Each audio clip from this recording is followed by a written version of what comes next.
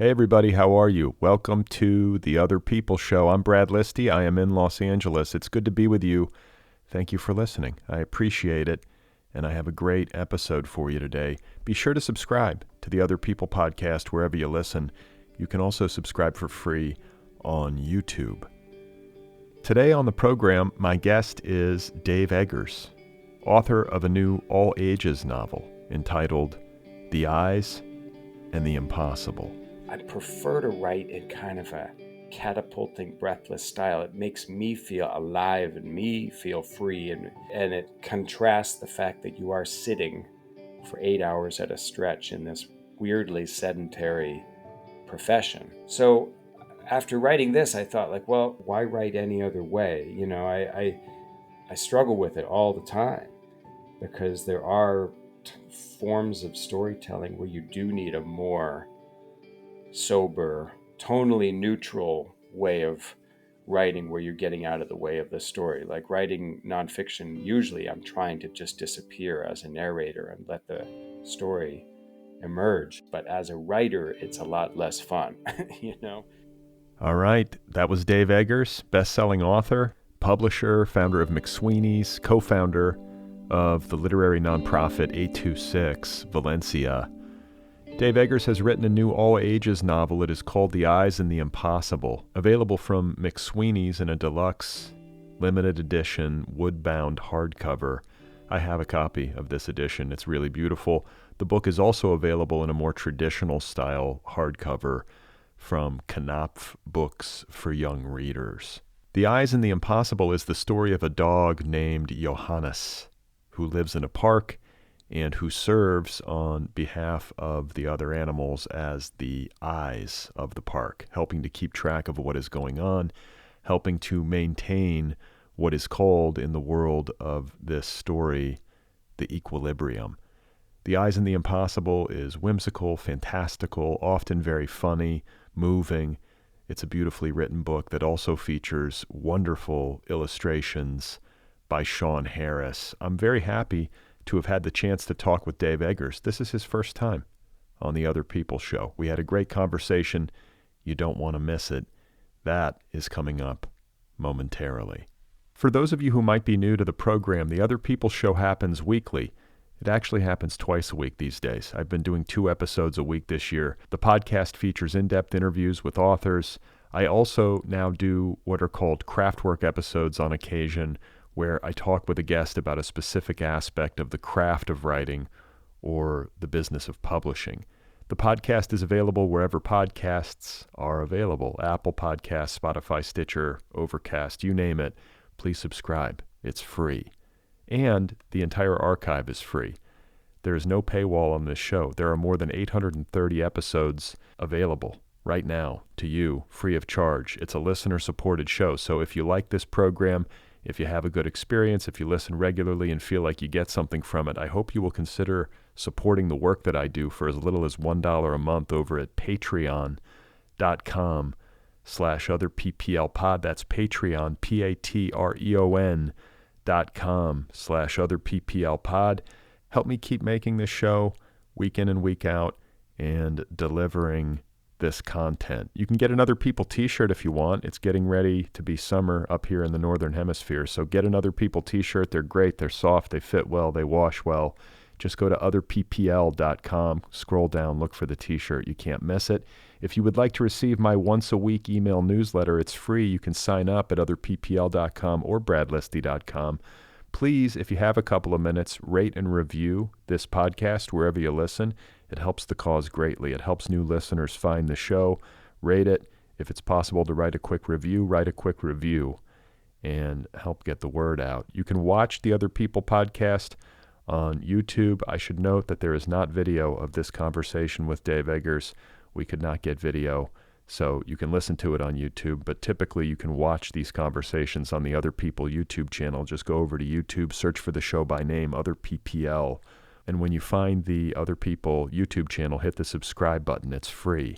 You can follow the show on social media, Instagram, TikTok, and Twitter.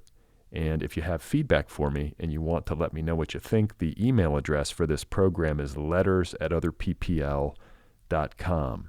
Last but not least, I have a novel out. It is now 1 year old, or it will be 1 year old this week. Its official birthday is May 10th, I believe. So it is called Be Brief and Tell Them Everything, and it is available in trade paperback, ebook, and audiobook editions. I narrate the audiobook. It is a work of autofiction. So if that interests you, if you would like to read my novel, once again, it is called Be Brief and Tell Them Everything. So my guest once again is Dave Eggers. His new all-ages novel is called The Eyes and the Impossible, available in a deluxe limited edition wood-bound hardcover from McSweeney's, and is also available in a more traditional hardcover from Knopf Books for young readers. Dave Eggers is the author of many books, including The Every, The Circle, The Monk of Mokha, A Hologram for the King, What is the What, and a heartbreaking work of staggering genius. He is the founder of McSweeney's, the independent publishing company, and a co-founder of 826 Valencia, a youth writing center that has inspired over 70 similar organizations worldwide. Over the course of his career, Dave Eggers has received the American Book Award, the Muhammad Ali Humanitarian Award for Education, the Dayton Literary Peace Prize, and the TED Prize. He has been a finalist for the National Book Award, the Pulitzer Prize, and the National Book Critics Circle Award. I'm very pleased to have Dave Eggers here on the show and to get to share this conversation with all of you right now. So, here he is, folks. This is Dave Eggers, and his new all-ages novel, one more time, is called The Eyes and the Impossible. I don't think I would ever leave permanently.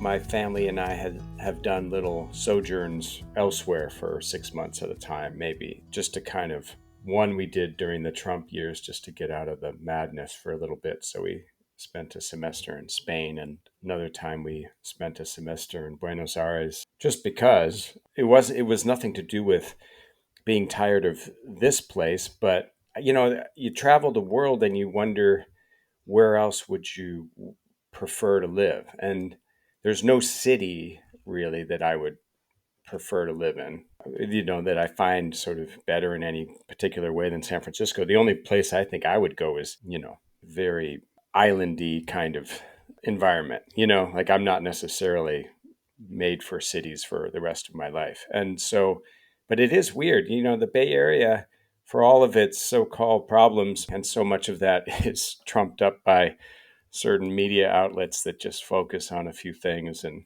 they've been doing that for 30 years, or as long as I've been here. It's the same story told by, well, generally the East Coast media, but there is no area more beautiful. There's no developed area that I've seen in the US prettier than the Bay Area. No offense to Los Angeles, but for me, it really started with the aesthetics of the mountains and the hills and the ocean and the bay, and the access to just so many radically different landscapes within an hour or two, and so much open land. All of those things were sort of my first selling point to coming and staying in the Bay.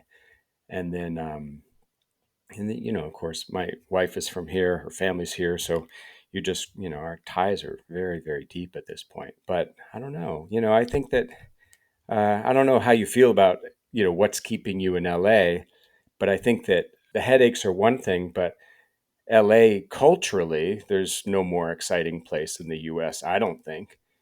And so the people that I know, I've had so many friends from the Midwest that have done the same thing in LA. I've been there for 20, 30 years, and, vaguely think every so often about leaving, but where would you go?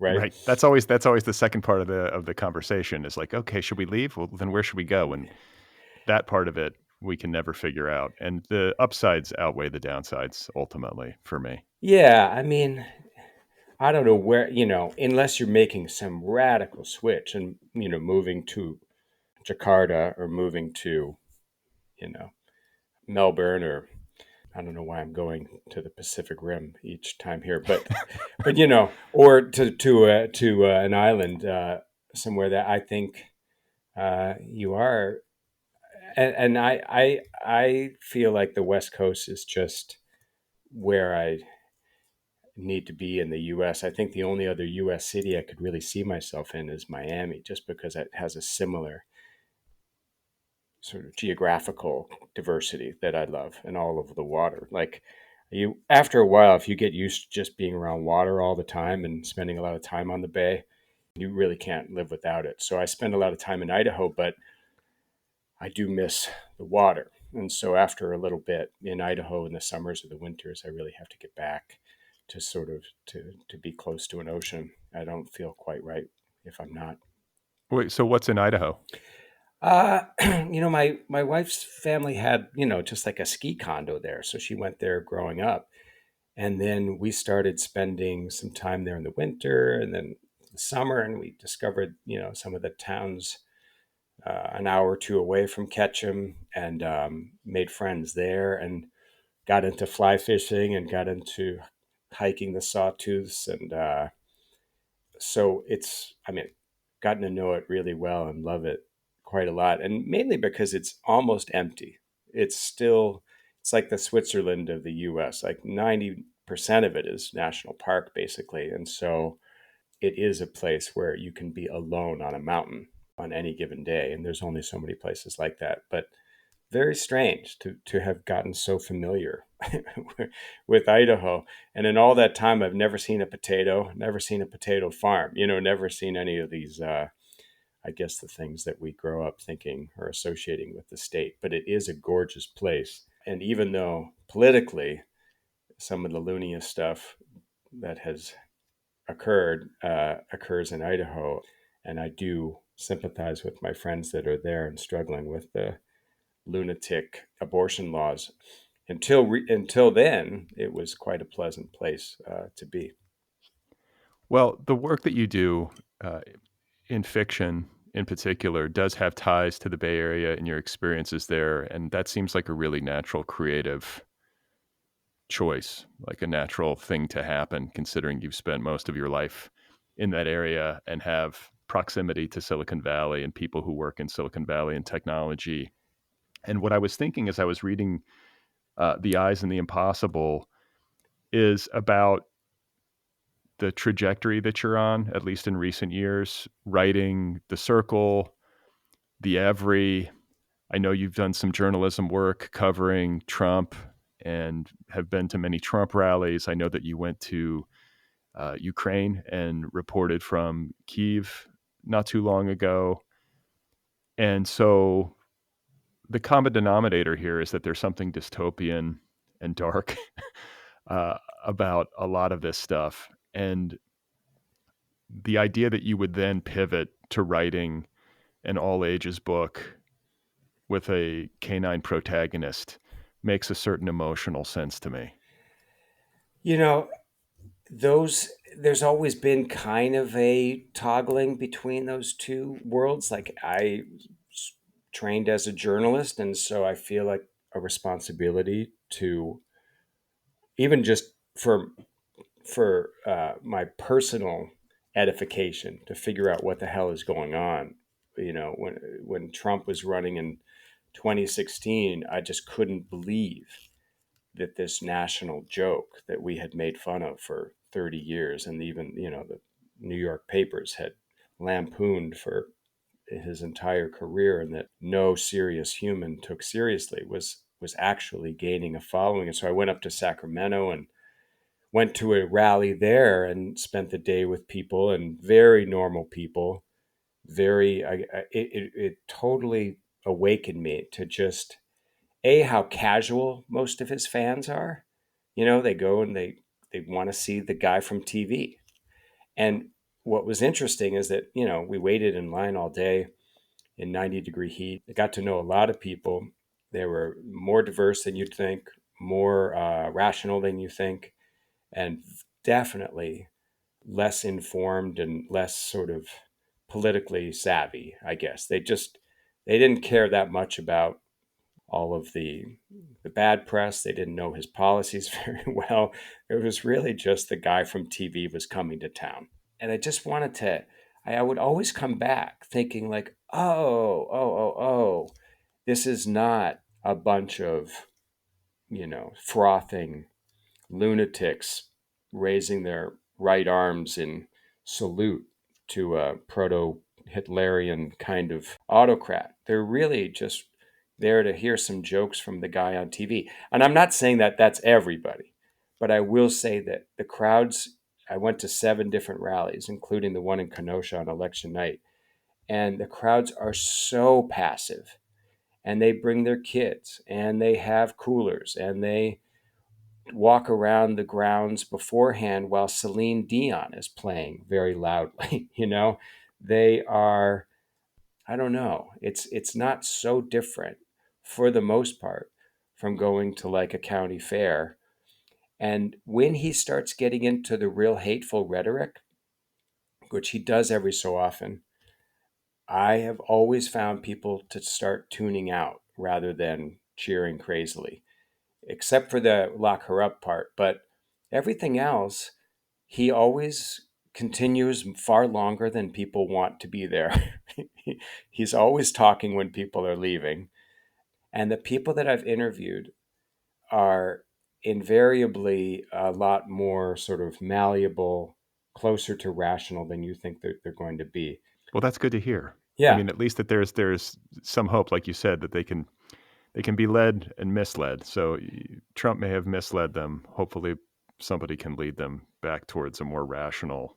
Yeah, and then you also have to just remember, like, people are going to go with the winner for their party. If they think that Trump, I mean, Republicans are going to vote for Republicans, right? So you have a 40% maybe hard Republican population, and they're just going to vote for the Republican candidate, which I found upsetting because I thought, well, Republican, fine, but he is an autocrat uh, that has every intention of ending democracy. Right? It's just so obvious, Right. and yet people are still just, well, he's better than voting for a Democrat, and so that's why in the next election, the independent vote is always the key factor. So, in light of that, and in light of the novel that you published, I believe in 2021, The Every, and its predecessor, The Circle, both of which are dystopian, but also funny, but both of which are concerned with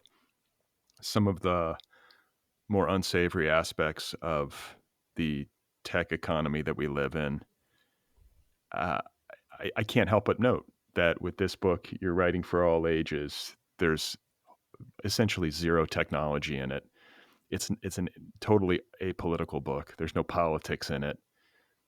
That's this must have been fun for you, like a nice like break from some of the heavier stuff that you have been engaging with. Yeah, it was. It's the most fun I've ever had writing a book. So I needed this for my own sanity as a sort of a palate cleanser. But I was trying to think of the books that meant a lot to me, when I was a kid being read to, and they were all sort of books about a pure kind of adventure, the books where there were friends that counted on each other, where honor mattered, where courage was valued, where they could, exult in their speed or the beauty of the world, and simple but lasting things like that. And so I was determined that this book have no political undertones. This not symbolic of anything else. These animals are really, the story should be judged on its own terms about actual beings with Well, souls that, and you yeah, say as much in like a little advanced word, or what do you call it? Like a yeah, there's a whatever little that is. disclaimer. Yeah, disclaimer, because I really felt like, oh boy, what if they think that the dog is this and the ducks are that and the bison are, this is an animal farm. And I think that, they're, having been around, kids for so long, and through 826 Valencia and down there in LA, there's 826 LA, and there are two types of books for kids, and one of which has political lessons to teach, or moral lessons to teach, and I've written those too. And then there are the books, and I think that generally the kids appreciate those books, but they don't gravitate to them always. There's the well-meaning books that I think that we publish in great numbers that that aren't always the ones that the kids gravitate to themselves. I was at a bookstore yesterday, and they said, far and away the books that outsell every other book for kids, 10 to 1, are the Dave Pilkey sort of Dog Man and Captain Underpants and stuff like that, which all the kids in my life have always appreciated too. Like, kids do want pure adventure. They do want silliness. They do want unhinged, fun voices that kind of mirror how they see the world. And they want to have pure delight and enjoyment. And not everything does have to be sort of a heavy, sort of leaden reflection on what's going on in politics in the world. And I think we have to remember those two things as parents, as teachers, and everything, is that we do need to give them pure storytelling for its own sake sometimes. So I was poking around online and read that you, as a child, like one of the first books, if not the first book that really connected with you, was the book Corduroy by Don Freeman. Yeah, that was by far my favorite picture book. Me too. Yeah, wow. Have you seen the 50th anniversary or 40th where they have all the letters between Freeman and his editor and the Yeah. illustrator? Yeah, I have it. I Oh, have it's it. I so got it great. for my kids, and kids don't put too much thought into what they like, right? Like, you just, as Yeah, a kid, you just like go that one. And then as a parent, the sort of fun of going on a nostalgia trip and then getting to read that book to your own kids, and gave me an opportunity to sort of explore, like, what is it? It's a picture book. It's about a little bear with a missing button in his overalls in a department store where all the stuffed animals he comes to life yeah, at night after dark. And it's a very simple story, but there's some great sense of adventure about being, like, at large in a department store after it's closed. yeah. And for some reason, when I read that, I was like, holy shit, like, me too. Like, that book. Well, and I think that the girl that ends up buying him, she saves her money, sure, or I forget how, but I think she has to, she and her mom sort of choose him, and she has to, I think she has to save money for him, and then she ends up repairing him. So there's that sense of like agency, but not sort of, fantastical agency, but very practical. And I think as a kid, you're like, oh, right. She's responsible. She's thoughtful. She takes care of this bear. She fixes him up. But it's like there's something you find, I think, a lot of times that combination of fantasy and practical and sort of how you can see yourself as that girl. I collected teddy bears and stuff. And so it meant a lot to me I was like, well, that's exactly how I would have done it. Or that's how I think that sense of taking care of something and sort of, having a delayed gratification in a way. She doesn't like see the bear and get him immediately. Like, there's some sort of sense that her mother makes her work for it. I guess I might be getting that wrong, but then there's that very kind of pedestrian type of adventure that he has. It's like 3 beats. He's on the bed, he encounters the security guard.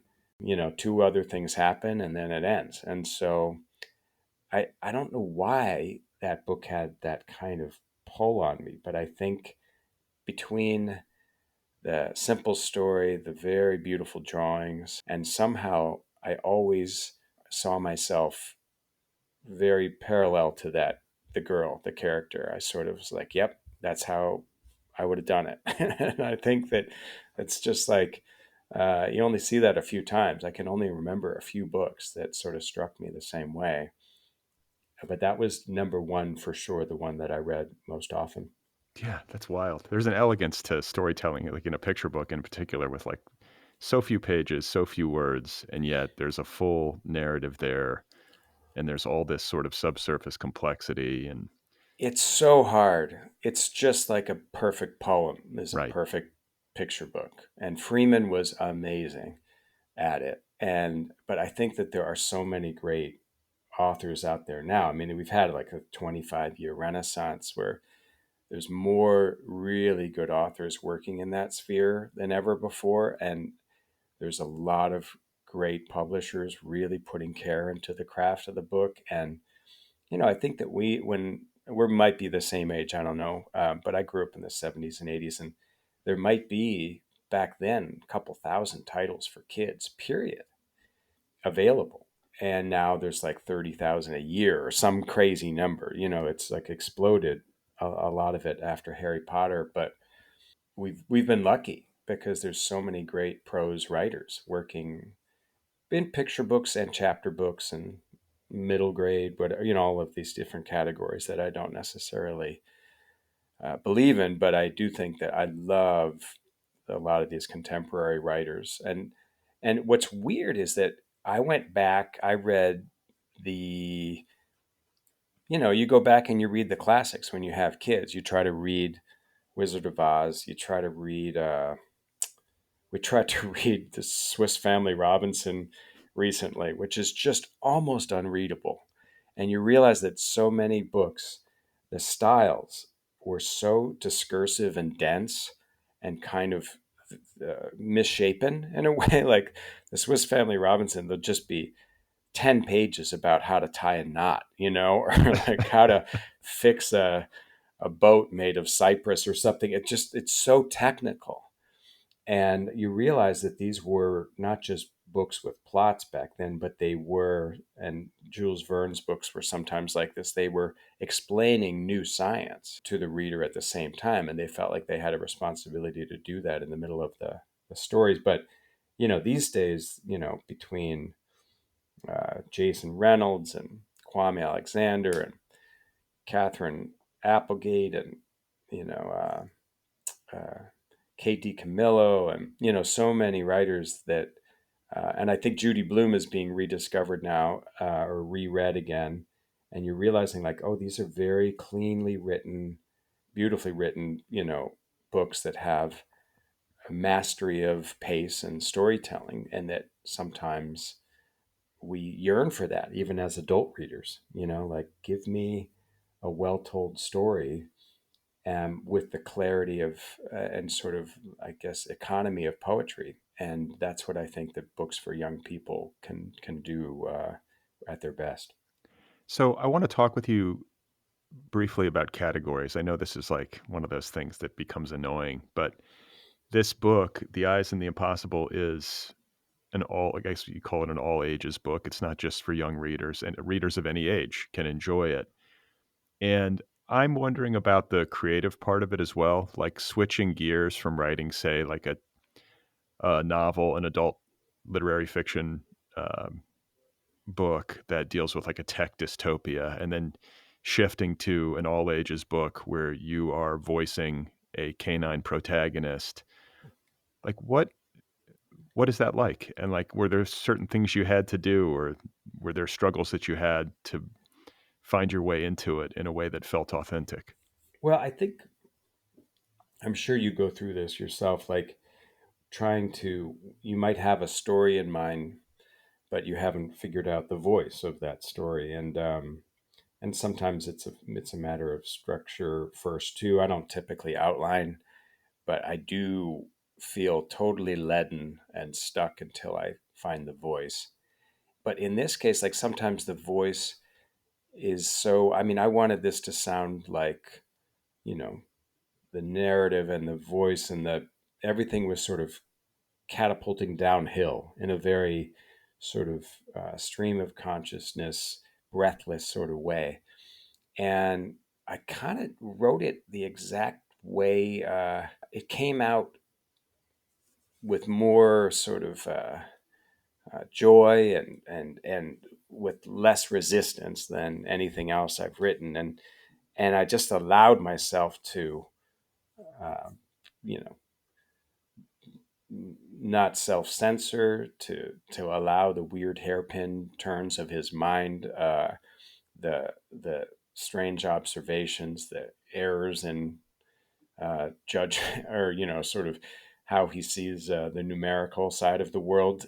He has no ability to count really, so everything is a million or a billion. And but I feel like all of that, I just kind of was trying to reflect an untethered mind, which is in a way sort of the purest form of, I think, when I sit down, this is how I would like to write always. But you can't write about Ukraine necessarily in a voice like this. And I mean, you could, you but could.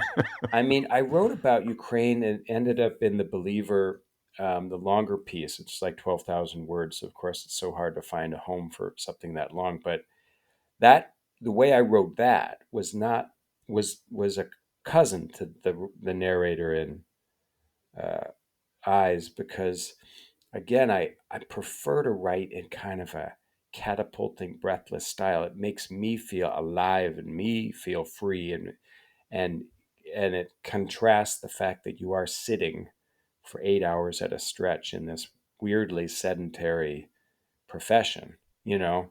But if you can kind of reflect a sort of a uh, breathless, liberated way of thinking, if you can get that on the page, I think that the reader responds to that. You know, that kind of ecstatic writing that I think we forget sometimes, that it, it it's just as much fun to write as it is to read. And so after writing this, I thought, like, well, why write any other way? You know, I struggle with it all the time, because there are forms of storytelling where you do need a more sober, not to say staid, but kind of a tonally neutral way of writing, where you're getting out of the way of the story. Like writing nonfiction, usually I'm trying to just disappear as a narrator and let the story emerge. And I do think that that makes for good reading, and it is the right way tonally to tell certain stories. But as a writer, it's a lot less fun, you know, right. when you're stripping away the the flourishes, and you're holding yourself to just the most kind of non-demonstrative writing, or you're refusing any flourishes. And I so it's tough, you know. I don't know if you struggle with the same thing, but I uh, I do find that when you find the right vehicle for a voice like this, like it really feels like home, you know. Like, why I only want to be there. I want to be able to find that kind of jet stream every time. Well, it's a nice and it's a lovely world. I mean, like I think of the term world building when I think of books that work in a super imaginative, kind of fantastical mode.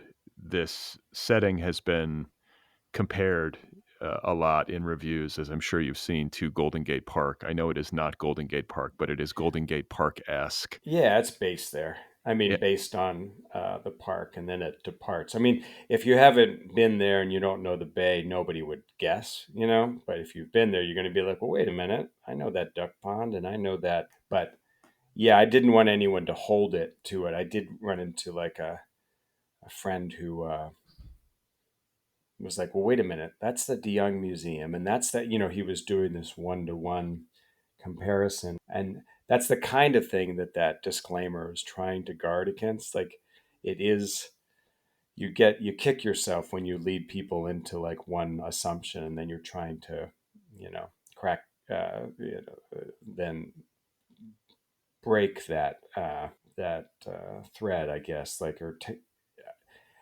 anyway, I hope for anyone that doesn't live here, no one's going to know what the park is, but I spend a lot of time in Golden Gate Park, and I think it's uh, by far the best urban park in the world. And I don't think that there's even a close second. But other than just sort of borrowing a few locations, there's no and the bison, of course. There's no direct correlation. so I'm curious about the origin. Like I ask this of writers maybe too often because it's kind of a hard question to answer usually. But with this particular story, I'm wondering if there is a point of origin that you can locate. Like I have to admit, part of me was like, did Dave have a psychedelic experience in Golden Gate Park that was particularly meaningful? Like, I've never had a psychedelic experience, period. uh, Weirdly, I've never done a drug. But I feel like every time you're there, it's a psychedelic experience in that it's so irrationally beautiful for and wild for an urban park. And I've read a lot about the history of it, and that it was all sand dunes way back when. Half the city of San Francisco was just dunes. It was miles and miles of dunes. So when you take the western addition all the way to the sea, it was all sand dunes. So they had to plant those trees over the eucalyptus and cypress, or California pines, and all of those over, not cypress, but over the course of years, to try to change the landscape and fill it in with grass and trees and bushes and lakes. And so it's a monumental feat of engineering what they did. But then they've ended up with this very wild and vast park where seeming it's just worlds upon worlds. It takes so long to get through. It's so huge. So, seeing it through my kids' eyes when they were growing up, going there and seeing every single time. I was there the other day and I got lost. I was supposed to meet somebody and we were both lost because it's so big and so little of it is marked, actually. So I I think I started with the voice of the dog. I started with the idea that he had this relationship with the bison who were kept and fenced in and unable to be free. And that's all I knew. And I just started writing about this dog that runs fast and sort of glories in his speed and his ability to run free and see things and report back to these sort of incarcerated bison, I guess. And well, here I go. Now people are going to think it's about incarcerated people. It's not that. I was trying to This is think one about of the most moving children's books about the yeah, prison system I've ever read, I've got to say. it's definitely not that. There really are bison that have been there for about 100 years and generations upon generations, and of them. And I do feel bad for these bison. I see them every time I'm there. I don't think that they should be caged in a 2 acre or 3 acre paddock. I do have a real sensitivity to sort of animals that are not free. So there is a lot about that, like what does freedom mean when Johannes, the dog protagonist, has his first taste of being sort of kidnapped and kept. He is sort of radicalized into what that means, and he can sort of see the bison's predicament in a new way, and is determined to try to set them free. But it really was. This was written over the course of maybe 6 years. Sort of, I'd go back to it and then move a little further and go back to it, and I think it was finished in maybe 2021, 2020. So it was finished during COVID when we finally got Wi-Fi at home. Never had Wi-Fi until then, but we had to have it for school. And so I had to work outside the house at that point. I got a boat. I started writing on a boat where I still write now. And so it really helped because when you're writing on a boat, you're like halfway outside anyway, like I'm on a boat, I'm in my little cabin, but it's open to the bay, and you're seeing herons and seals and cormorants and ducks and pelicans.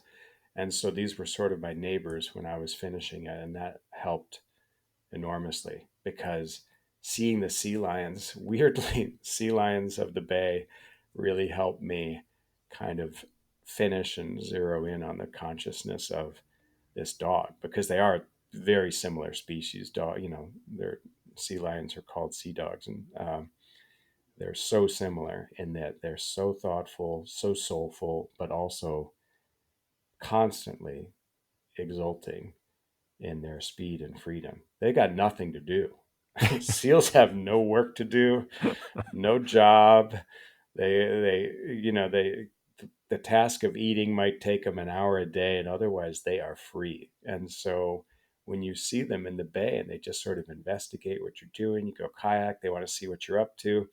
You're like, well, that is the absolute apex of freedom on earth. And so they were served as a constant inspiration.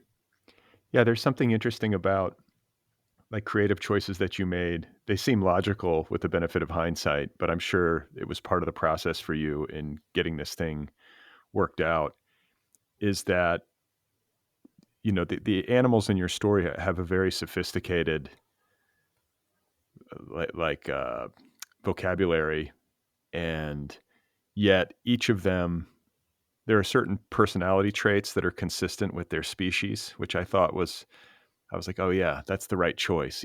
The way that Johannes can't really manage time. He hasn't, like, dogs have no sense of time, right? You leave the house for 5 minutes, you come back, your dog treats you as though you've been gone for like 20 years. Like Yeah, I mean, that was super random. Like, I don't even, I mean, but that's where, the sort of first thought, best thought part of it came in, because in a way, this is sort of like a beat novel about a bunch of animals where I, I didn't have that. I didn't have that thought. I've never had a dog. I have cats, weirdly enough. And I don't know if they have a sense of time or not, but I just thought it would be funny. And it was out on the page before I knew what I was typing, was that he didn't know, what an hour was, or a year, or the distance between this tree and the sea might be 10,000 miles. And it's the other animals that sort of bring him back to some sort of grounding. And it just made me laugh. And so some of it is kind of based on maybe how a raccoon would think. Like, they're very prideful about their opposable thumbs, and they're very kind of, they assume that they're the best planners, and the best at working out a heist, and but then, obviously, when I'm saying that, it sounds ludicrous to say that that's rational. Like, well, of course the raccoons are prideful about, but you do find, you want to make it fun, and a little bit surprising, but still grounded in some sense of what animals actually can do. There's a one-eyed squirrel, there's a pelican. They all sort of have duties, but why the pelican is the one that knows how to read signs, there's just no there's no reason whatsoever. But somebody had to be able to do it. and the one-eyed squirrel, there is a corollary, right? There was a one-eyed squirrel in your yard as a child. I read. Yeah, yeah. And growing up in the Chicago suburbs, for years we had this one-eyed squirrel that came to our back door every day, and we would feed it. I don't know what we fed it, but anyway, we'd feed it. And this is a very low level mammal, we assume. But in that one eye, and I don't think it's a matter of just sort of fake transference or anthropomorphization. I think these animals have real souls. I mean, they know how to play, they know how to grieve, they know loyalty. We have raccoons in our yard now that we have an arrangement where, for our compost, we have this system. I don't know if you do there, where you can just throw all your compost in a giant bin and then they take it away. And we leave it open. I mean, we don't tie the compost bin, closed with bungees or anything, because the raccoons will go in, eat whatever they want, and then they love avocados above all. And then they will leave the avocado skin on the top of the compost cover. So they open it up, they go inside, and then they eat, and then they jump out again. They close the cover because they have to close it. They close the cover, and then they put the skin on top. And that's their signal to us, like, thank you, appreciate you for leaving this open for us. It means a lot. Here's the little calling card, which is the avocado skin. And I mean, that's ludicrous, right? To think like, oh, this is just a raccoon. How smart could they be? But I'm so convinced now, with two cats and growing up with cats and sort of observing animals while we've been talking. There's two dogs in our office that spend the days here very often, and they play together, and their souls are so complex and so different. And the two cats that we have are cousins, but they react to every single stimuli differently, and they have different emotional relationships with each of us in the house. And so I don't think it's that big of a stretch to think of the consciousness reflected in this novel. I don't think that their actual consciousness is so much less complex than depicted, you know? Hmm. And the fact when you see a dog running at full speed or playing with other dogs, that exultation is proof of soul, it's proof of complexity. And what would be the evolutionary purpose of that kind of joy? You know, it's really strange. So then you get into sort of the spiritual, like, well, okay, so the spirits and souls of these animals are complex and are capable of that kind of sort of transcendent appreciation of what they've been born with, their speed, their vision, their ability to sort of make the earth turn by grasping at the soil. It's really interesting when you get into it. When you just sit there and you watch animals for an hour, you're like, man, there's joy there. Why would that be? You know, what's the evolutionary purpose if these are all sort of mammals without the same kind of consciousness as us? And then the only conclusion is that they have consciousness that is approaching the complexity of ours, not capable of writing or reading or inventing useless machines, but something approaching our spirituality. Well, I cannot have this conversation without acknowledging the wonderful artwork in this book. Like Yeah. unusually beautiful uh, artwork by, I believe it's Shawn Harris. Yeah, Shawn and I have worked on a bunch of books together, and I was looking back. He illustrated his first book was a book that we did together about the Statue of Liberty called Her Right Foot, and we just clicked and really have a almost we always sort of agree and see things the same way. And he's the most versatile and gifted artist I think I know. And back in 2019 we met up, and I said, I'm writing this book, finishing this book. I thought I was finishing it back then, and let's make the most beautiful package and artwork for it that's ever been done by humankind. And so that was our starting point. And so we came up with the wooden cover. I'd seen greeting cards made of bamboo that were mass produced, and so I thought if they could make greeting cards for like $8, why wouldn't you be able to make a book with the same kind of process, like laser cut into bamboo? And so our book has a bamboo cover, and then in the interior, I thought instead of illustrating each moment from the book, why not just have these sort of color baths that you would encounter every 15 or 20 pages, where it's just like a vast tableau of the park, full bleed 2-page artwork. And I forget, it must have been Shawn's idea to use these old Dutch and Flemish master paintings to as the starting point, and then he painted Johannes into these landscapes. And we had a designer here, Annie Dills, that helped us find these paintings that were sort of in the public domain, but we still got permission to use them. And yeah, and then Shawn just sort of found ways to sort of very gracefully insert him in there. And I think it turned out beautifully, but it was 4 years almost in sort of R&D, going back and forth with the printer and making sure it was just right. We've had the finished books for almost a year because we wanted to make sure it was exactly right. Well, there's an incredible diversity to the work that you've done as a writer and an artist through the years. You've obviously written adult fiction, you've written children's books. This is an all ages book. You've done journalism work, nonfiction books, oral history. I could be missing something. Screenwriting.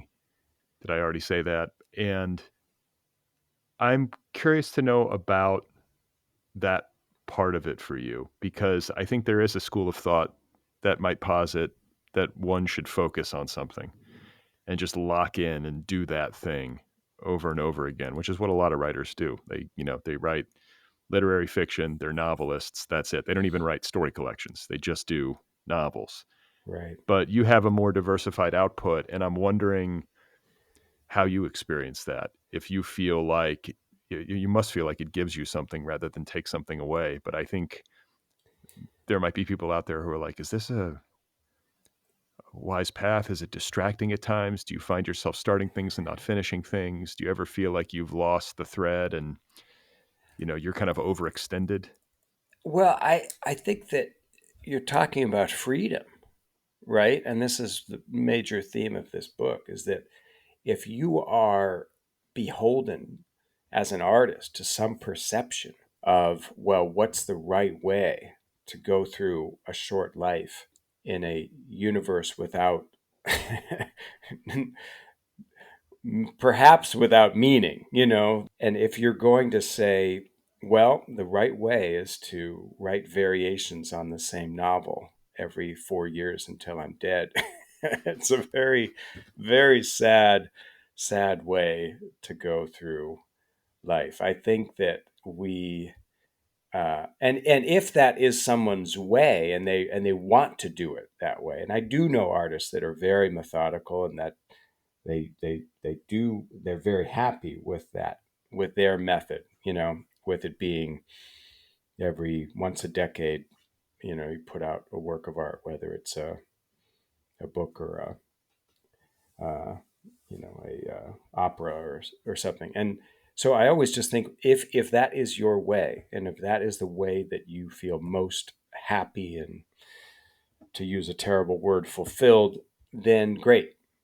But when I hear or feel like somebody is going through their life as an artist in a way because they think that that is the right way, or that their perception will be, they will be perceived as having done it the right way or the most appropriate way for them, that is a tragedy.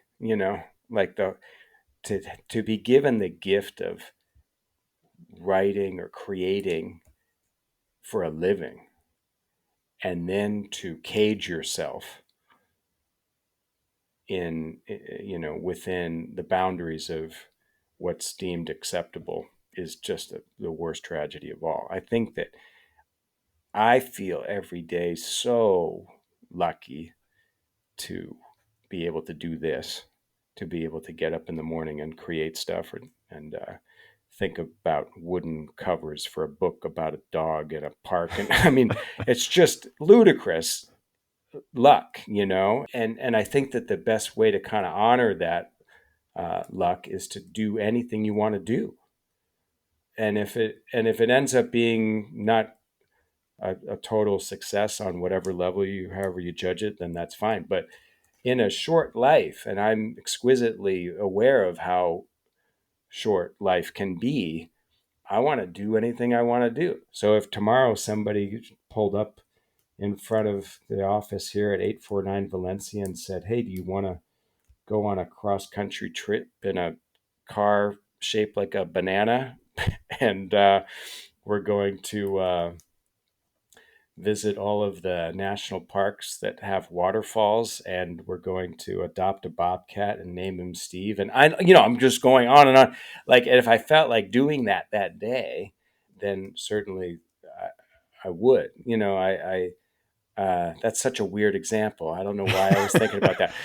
Weirdly, my daughter and I were in Champaign-Urbana, Illinois, where I went to school, and there was the Wienermobile and the Oscar Mayer, no, the Oscar Mayer Wienermobile and the Planters Peanut Mobile were both on the same street in the same at the same time, in like waiting one after another in traffic. It was the most incredible thing.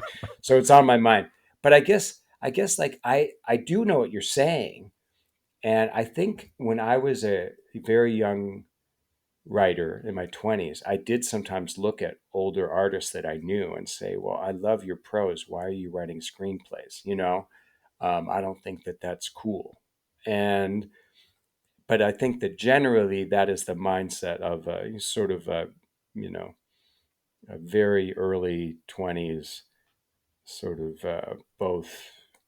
There's a certain amount of ignorance, there's a certain amount of cynicism, there's a certain amount of just like wrongheadedness, and I think that sort of self-enforced, I guess, adherence to what's cool, or what's acceptable, and it is so contrary to the entire idea of being an artist, Hmm. which is about about living fully freely. And so that's when any kind of incursion into that freedom, any kind of encroachment of that freedom is really upsetting to me. And we're seeing more of it now than whether it's banning books on the right or whether it's censoring books on the left, like they did with Roald Dahl. These are all encroachments into freedom. And we have to remember that the freedom of the artist has to be absolute. Otherwise, there's no art, because then we're just writing pamphlets, or it's like state-sponsored creation. It's the same thing as under the Soviets, where we're in service to some political message. The artist must be absolutely untethered. And whether or not that art is good or bad or whatever, that's fine. But there can be no rules about creation. And we might not love every last thing that this artist does, but they have to be completely untethered. What do you think of that? I like that. I like that. I think what I was thinking as you were speaking is about, I always think about comedians in particular because they are tasked with having to sort of go right up to the line and maybe like put a toe over, and really test boundaries. I mean, all artists do, but comedians are there to sort of shock and, uh, bend things a bit. And I feel like this is a hard environment in a lot of ways to do that work.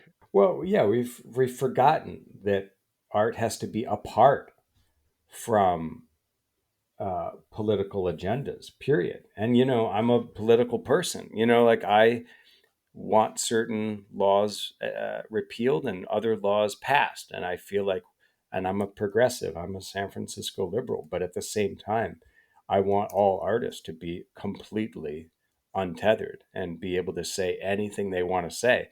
And we can say, boy, I didn't like that joke you made, or that one was over the line. But we can't say you can't say that. Like that is outrageous. I mean, that is the end of all art. If those words "you can't say that" are uttered, or "you can't write that," that is the end of art. And so when I find progressives saying those things that are just mirror images of the conservatives that say you can't write that and you can't show that to kids or whatever it is, it's two sides of the same coin. And we have to remember that the left has to be the side of freedom. We have to be the side that allows a woman to choose, that allows people to move freely, that allows immigrants to have a better life here, and that allows untethered freedom of expression, period. And if we can send that message, and I think Gavin Newsom's doing a very good job of that, to say we're the party of freedom and just hold that line, then we can win in 2024 and onward. But if we're the ones that are like, you can't say this, you can't do that, you can't, I mean, then it's going to be, we're not going to get the result we want. If we let the Republicans take that mantle, that is disastrous. But I want to make one comparison. I don't know if you were a Bulls fan, but I was Bucks. I'm a Wisconsin guy. oh, yeah. So I don't, who did you have there in the 80s and 90s? I don't Sidney even know. Moncrief, Sidney Moncrief, right. Marcus Johnson. I think there was somebody else because I was a Marquette fan growing up, but I thought you had a Marquette guy like Mark Aguirre or somebody. Didn't he play there? Maybe not. But remember when Jordan quit basketball? His dad died. He quit basketball and he became a minor league baseball player. And those of us that love Jordan were like, what are you doing? And people were thinking, oh, this is, this isn't what you should be doing. You should be playing basketball because we like to see you play basketball. And even then, I briefly flirted with that idea, like you should be doing this thing and not that other thing. But then it became clear to me that this was the fullest expression of a human's free will to say, I'm giving up everything. I was at the top of the basketball world or whatever, but I want to try baseball. And because I do, because I'm young and my muscles are strong and I feel like I might be able to do it. And it was something to honor my dad. And, all of these reasons that Jordan did it.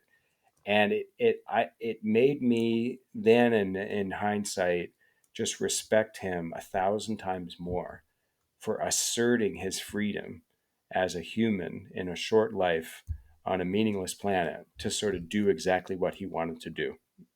And anybody that would judge him for it is forgetting all of those things, that free will matters, that freedom matters, that one should be able to determine their destiny, even if it's willful or whimsical, on a daily basis without feeling remotely obligated toward what some outside voice, some bystander 1,000 miles away and totally uninvolved and with no right to, to judge thinks that they should be doing.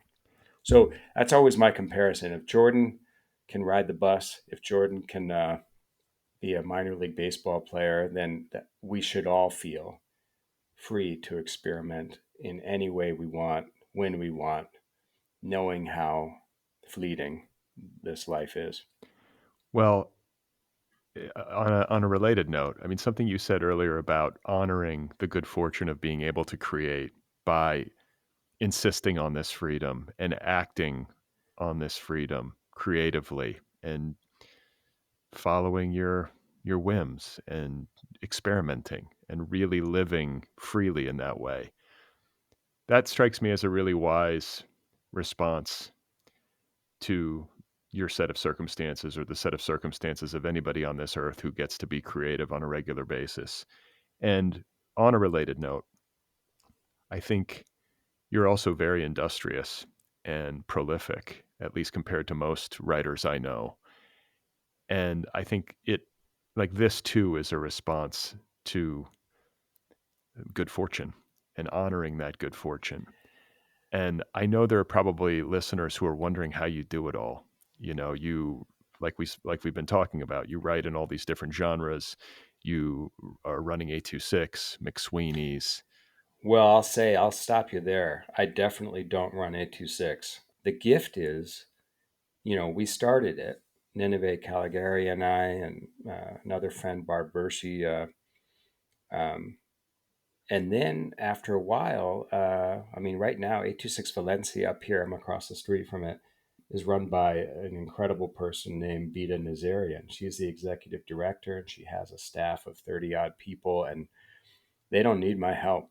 You know, I'm these days, if I'm called upon, I'll help and I'll raise funds. But at a certain point, you got to back away and let the really talented people, the educators, run these organizations. So down there, there's a guy named Jaime Balboa that runs 826 LA, and he's incredible. And before him, there was Joel Arquios.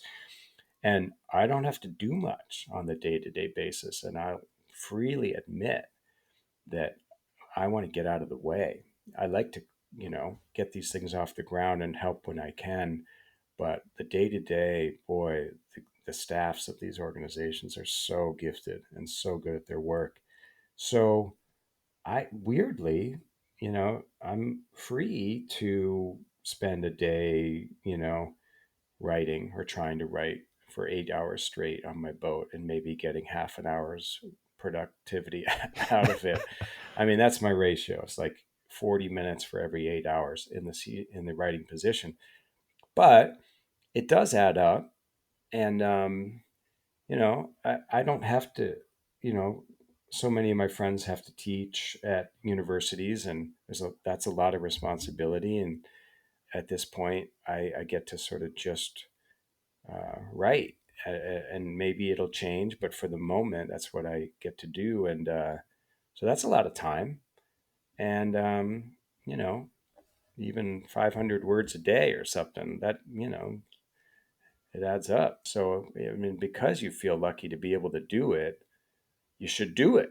Like there's ideas that I would like to realize, and I feel like, okay, if I've been given this chance, you should be industrious. And I always been working since I was 11 years old. I was always, and my parents had real jobs, and so I feel like uh, compared to them, I'm the laziest human I know. But I do feel like if you've been given a chance, if you're in this position where there's publishers that will actually pay money to print your work, I mean that's uh, the luckiest place a human could find themselves. So you might as well do the work. But that said, I do wake up and go to bed always thinking I should be doing more, and I didn't get anything done that day. And what a slob I am, and I'm going to try to do better tomorrow. Yeah, something else you said earlier is like that you have a pretty exquisite sense of the uncertainty of existence and the brevity of life. And like watching you from afar through the years, I mean, starting with Heartbreaking Work when it came out in, I believe, the year 2000 and sort of exploded, which I imagine was something of a surprise to you, like the level of reach that. Surprise to everybody. Yeah, They only printed 6,000 copies of that book. right. Like, it was my buddy Jeff Klosky, who was the editor, and the both of us were just like, uh, he invited me to come to the warehouse.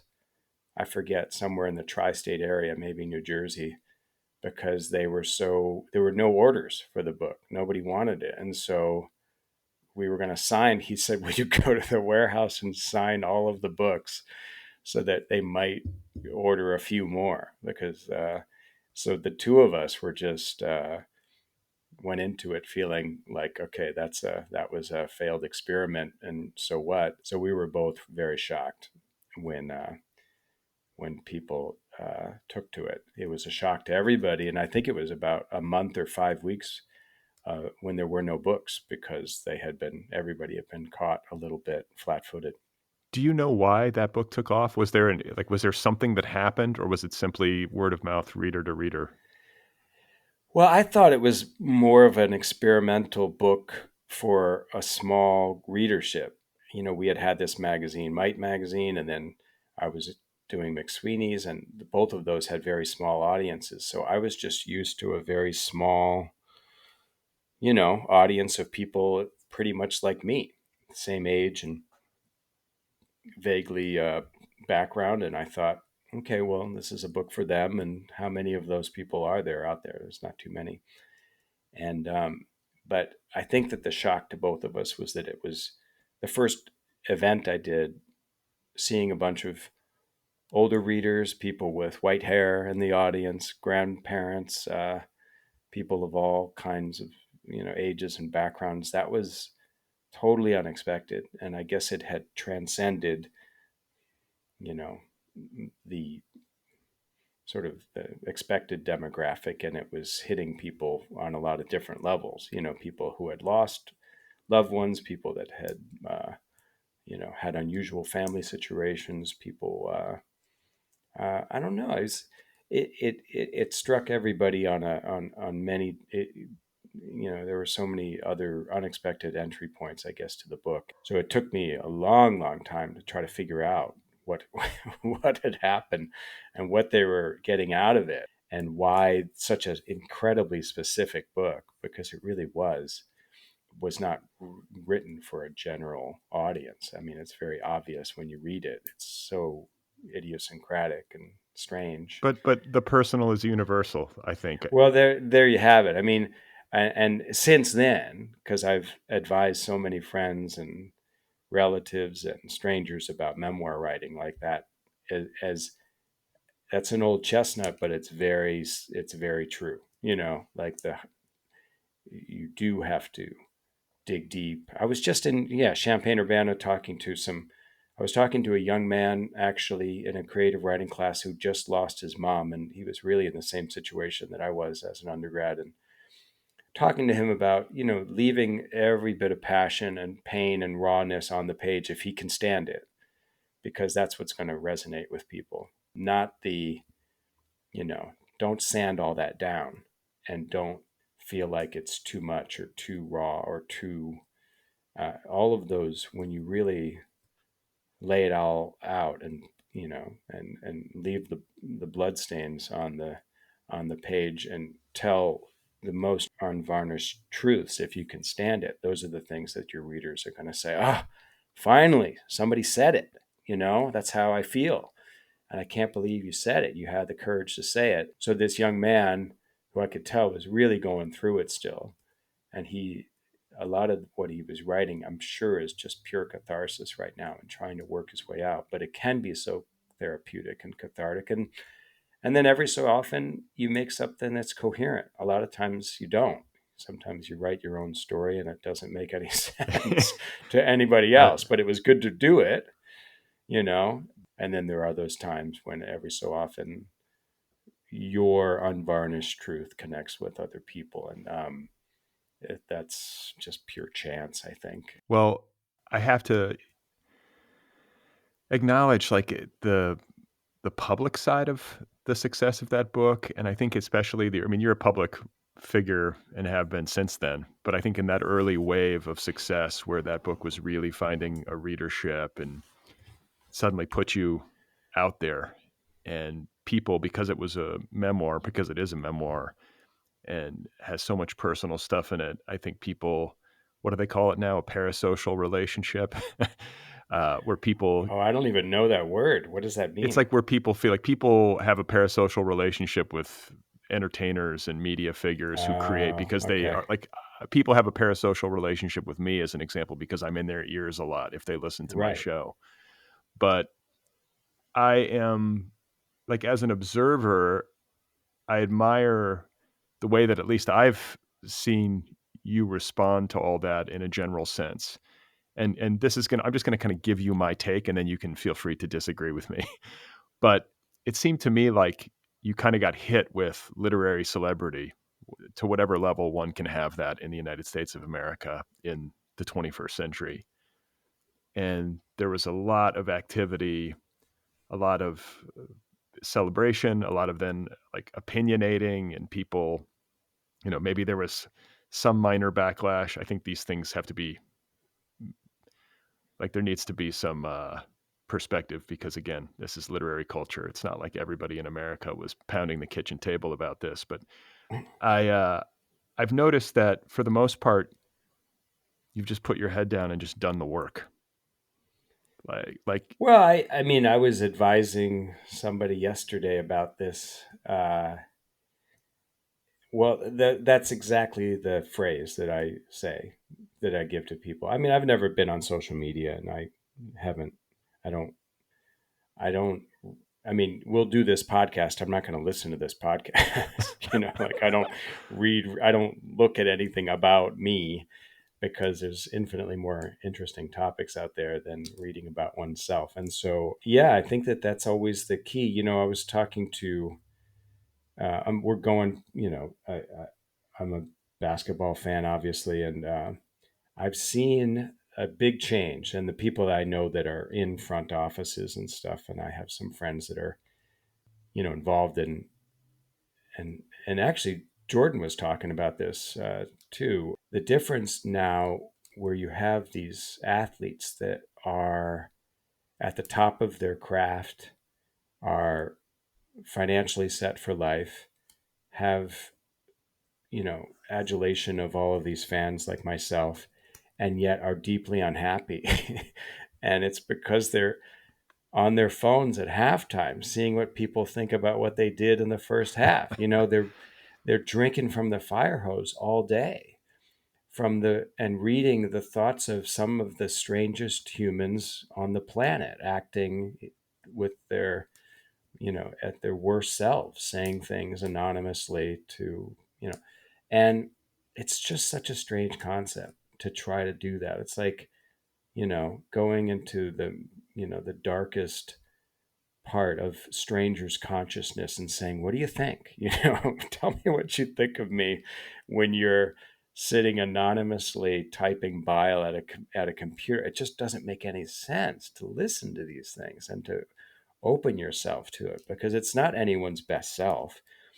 In real life, like, the best thing you could do as an author is go to a bookstore, sign some books, talk to real people who are the greatest. This is the greatest interactions you can have. It's just human to human and talking about things. But getting online where it's this terrible, twisted funhouse mirror, and where everybody is truly their worst selves, is just a recipe for mental anguish. And so I advise a lot of young authors, some of whom I had as students, and I always say, I'm always here for you. And they do call me, and we talk, and we meet up when their first books come out and everything. But I said, I'm not going to be here for you if you go on social media and try to fight and read about, what strangers in their darkest moments think about you. Like, that's just not. I'm not going to advise you out of that, because you've chosen to go to the worst sphere of humanity. And so stay above it, stay in the real world, talk to real people, interact human to human, and you're going to have a great life. And so I've been successful with a few of, young people I know that way, but it does cause me. I'm so concerned and so worried about some of these athletes that I love so much, how they play, and then you see how they're reading all of these things and how they, interact with strangers or 12-year-olds on Twitter. And you just think it's so unnecessary, and it's such an unfortunate way to go through life. And I think in person, everywhere I go, whether it's Ukraine or whether it's Trump rallies, like, I've had so many warm, long, productive conversations at Trump rallies, because I listen to people, and I know that, I'm going to hate the sin, but not the sinner. That old phrase, like, I, I want to talk to and appreciate the person, and think, maybe I can try to convince this person that, of why this person is dangerous to our uh, democracy, to our republic. And maybe if I listen to them, we can come to some sort of middle ground. And always it's middle ground, really. I've only really talked to a few people where I wasn't able to sort of really meet them eye to eye, and we couldn't agree on 98% of things. It's truly that way. Once you can get them off Hunter Biden, and once you can get them off a few of these, like, weird mantras that they recite, then you can find that you agree on a lot of things. And I had that experience in Rapid City last year when I went to a city council meeting after they had banned my book and some other books. And there were some really lunatic fringe people there that were basically had come in from out of state. They didn't have kids in the district. They didn't have any dog in the fight, really, but they were just there to kind of agitate. But then I actually met an actual mother who had kids in the district. And she's like, well, I just don't think that some of these books are appropriate for freshmen. And I was like, well, I agree. These books were assigned to seniors, and I wouldn't say that every senior has to read them either, because they weren't.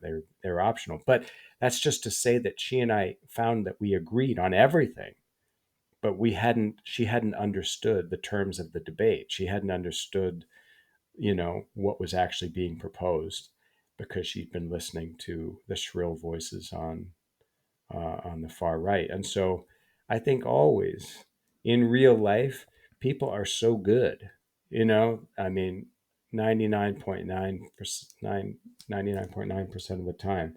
And I think that that's why I'm so concerned about young people living through screens. That's why it's so important to limit that time in that dark, dark corridor, and to live in the real world. And if you do, then you find a drastically higher chance of living a happy life. Real life is a beautiful thing. you know so if you stay there, if you stay in the open air, face to face, or on the water or in the woods, and encountering humans as they're meant to be encountered in in the flesh and not on screens, then I think we'll be okay. Well, on that note, Dave, I'm going to let you go, but before I do, I always ask people what they have in the works. I have to imagine you have other projects going. Is there anything you can share?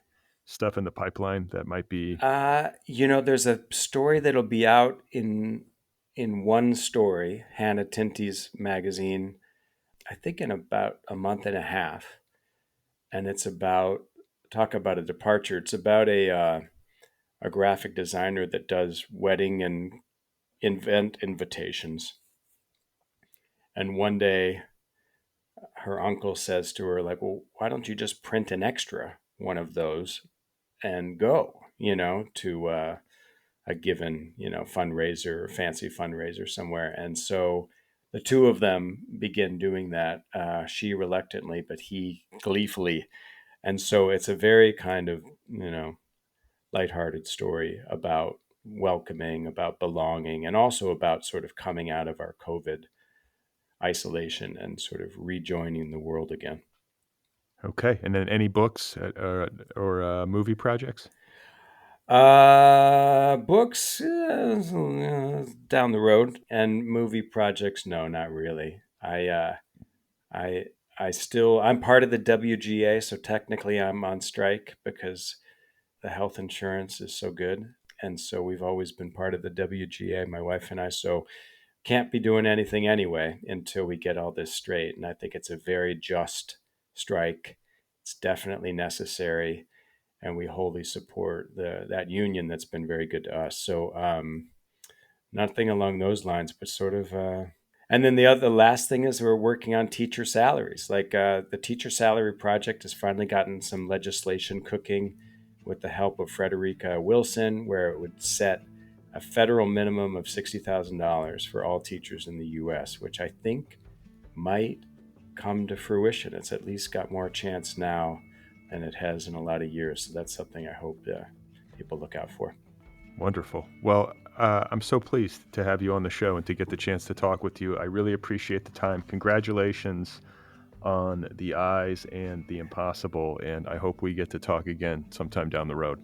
Thanks so much, Brad. It was really fun. All right, guys, there we go.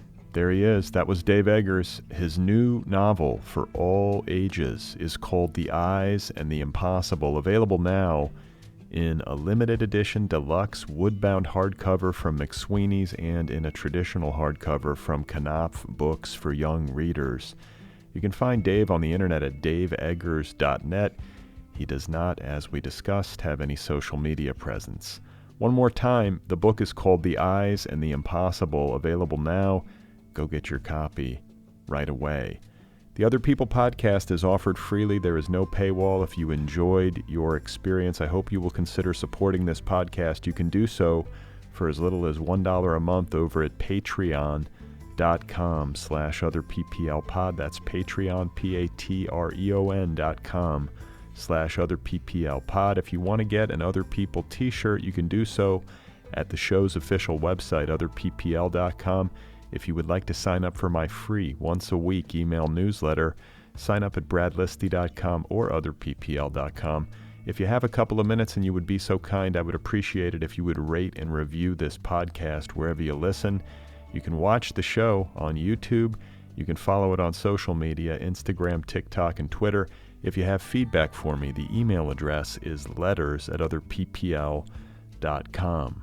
Last but not least, I have a novel out. It is called Be Brief and Tell Them Everything, available in trade paperback, ebook, and audiobook editions. It's 1 year old. Help the book celebrate its birthday. Get a copy of Be Brief and Tell Them Everything if you so desire.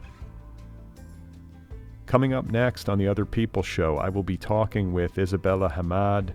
Her new novel is called Enter Ghost, and it is publishing here in the States on Grove Press. I had a great talk with her. That will be happening on Wednesday. So stay tuned.